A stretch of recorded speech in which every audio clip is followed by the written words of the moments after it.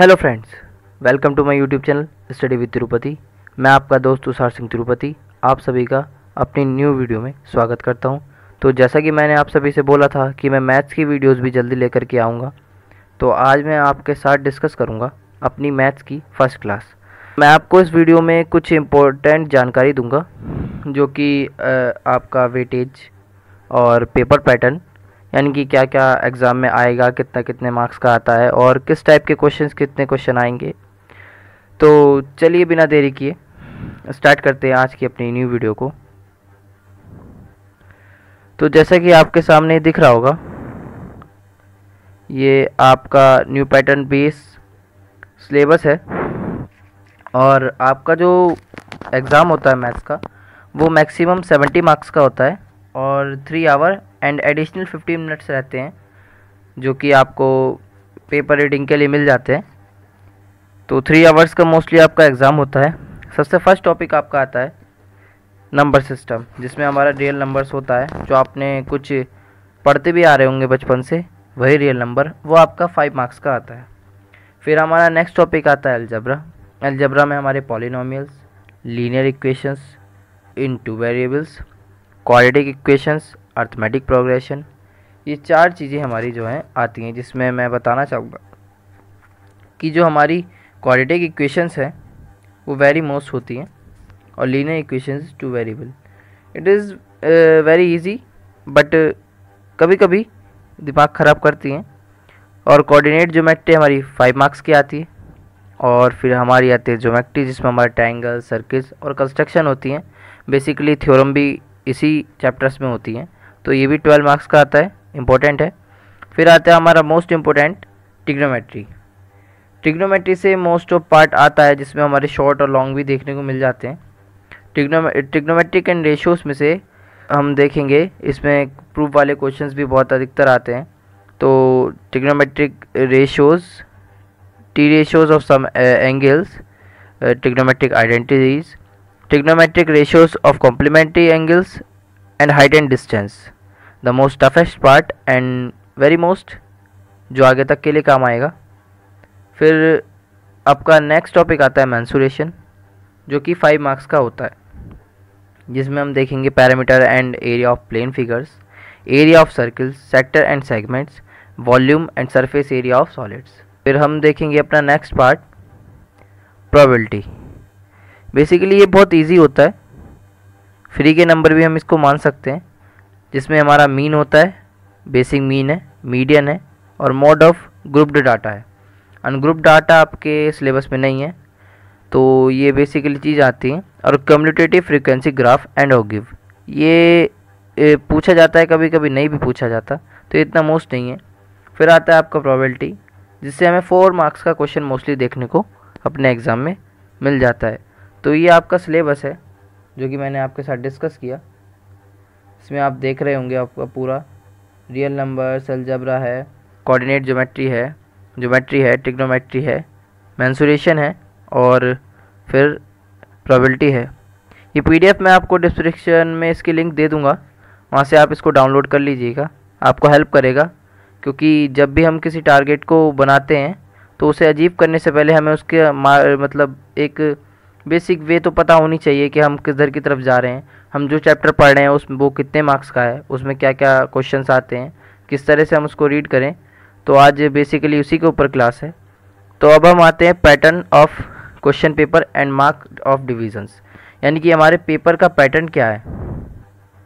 जैसे कि हम देख रहे होंगे, फर्स्ट टाइप ऑफ क्वेश्चन आपका आता है मल्टीपल चॉइस क्वेश्चन। तो मल्टीपल चॉइस क्वेश्चन आपके 6 मल्टीपल चॉइस क्वेश्चन आते हैं, जो कि 1 ईच मार्क का होता है, यानी कि हर एक क्वेश्चन 1 ही मार्क का होता है। तो टोटल आपको ये 6 मार्क देते हैं। फिर आता है आपका next portion very short answer type questions, ये भी ईच 1 मार्क्स का होता है और ये 4 क्वेश्चंस टोटली आते हैं और 1 मार्क्स आपका ईच होता है और फिर टोटल मार्क्स 4 इसमें होते हैं। फिर एक और नेक्स्ट आता है वेरी शॉर्ट आंसर टाइप, ये 2 मार्क्स के होते हैं। ये बेसिकली 8 क्वेश्चंस आते हैं और हमें 2 मार्क्स के ईच होते हैं और 16 मार्क्स टोटल हमें देते हैं। फिर आते हैं हमारे शॉर्ट टाइप क्वेश्चंस, जिन पे हमें ज़्यादातर फोकस करना चाहिए, क्योंकि ये भी हमारे 8 नंबर्स ऑफ क्वेश्चंस के आते हैं और 4 मार्क्स ऑफ ईच और 32 टोटल। उसके बाद हम देखेंगे very most long answer type questions. ये नंबर ऑफ क्वेश्चन 2 क्वेश्चन आते हैं और ईच क्वेश्चन 6 मार्क्स का होता है और 12 मार्क्स टोटली हमें गेन कराते हैं। और मेरा मानना ये है कि अगर एग्ज़ाम में लॉन्ग आंसर टाइप हमारा मतलब अच्छे से किया हुआ फंस जाए तो फिर एग्ज़ाम बहुत ही अच्छा होने की प्रोबेबिलिटी रहती है।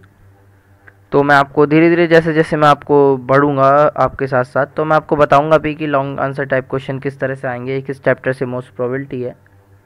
तो हमारे साथ आप बनी रहिएगा, आपको हम बताएंगे कि किस तरह से आपको पेपर करना है। हम सारी स्ट्रेटेजिक्स आपके साथ डिस्कस भी करेंगे और साथ ही साथ आपको बताते चलेंगे कि कौन सा टॉपिक मोस्ट है, कौन सा अनमोस्ट है। वैसे तो मैथ्स में सभी चीज़ें मोस्ट होती हैं, आगे चल अभी नहीं तो आगे चल कर के काम आएंगी, काम तो आनी है ही। तो कोई भी चीज़ हमें ड्रॉप नहीं करनी है बस, चाहे वो मोस्ट हो चाहे अनमोस्ट हो।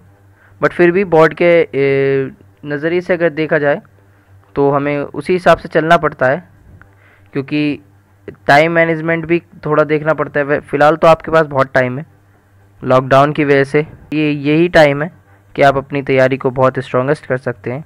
और मैथ्स मैं समझता हूँ एक ऐसा सब्जेक्ट है जिसमें आप जो है 70/70 भी गेन कर सकते हैं, क्योंकि यूपी बोर्ड का थोड़ा पैटर्न भी ऐसा है कि ये वैसे तो यूपी बोर्ड का पैटर्न है, सीबीएसई बोर्ड में भी कुछ ऐसा ही होता है। सीबीएसई बोर्ड में भी मैं आपको बता देता हूँ, सीबीएसई बोर्ड में जो नंबर सिस्टम हमारा आता है वो 6 मार्क्स का आता है, अलजेब्रा हमारी 20 मार्क्स की आती है और कोऑर्डिनेट ज्योमेट्री हमारी 6 मार्क्स की और ज्योमेट्री हमारी सिंपली ये 14 मार्क्स की और ये जो ट्रिग्नोमेट्री का सेक्शन है ये 12 मार्क्स का ही रहता है और मेंसुरेशन हमारी 6 मार्क्स की आती है और जो प्रोबेबिलिटी है वो 11 की आती है।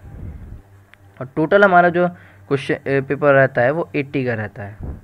20 मार्क्स का आपका प्रैक्टिकल होता है, आपको पता है, और टाइमिंग दोनों की सेम ही है। पेपर पैटर्न में भी थोड़ा चेंज होगा, आप देख लीजिएगा। आपको इतना पता होना चाहिए कि आपका पेपर पैटर्न क्या है। फ़िलहाल ये जो है आपके सामने शो हो रहा है ये यूपी बोर्ड का पेपर पैटर्न है।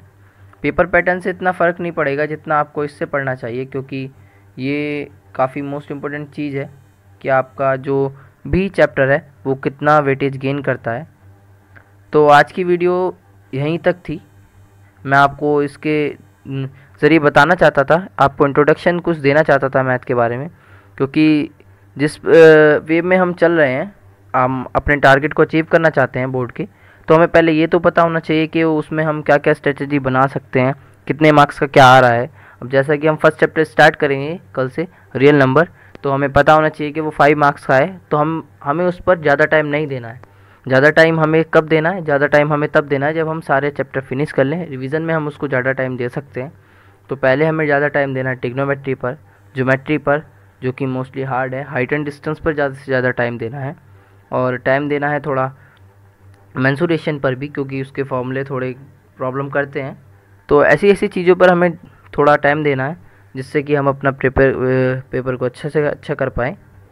और उम्मीद करता हूँ आपको ये वीडियो पसंद आएगी। थैंक यू फ्रेंड्स, शेयर करें, सब्सक्राइब करें और लाइक करें वीडियो को। और अगर आपको कोई भी डाउट है तो प्लीज़ कमेंट करके कमेंट सेक्शन में हमें बता सकते हैं, मैं आपका ज़रूर रिप्लाई करूँगा। So stay safe, stay at home. Thank you friends.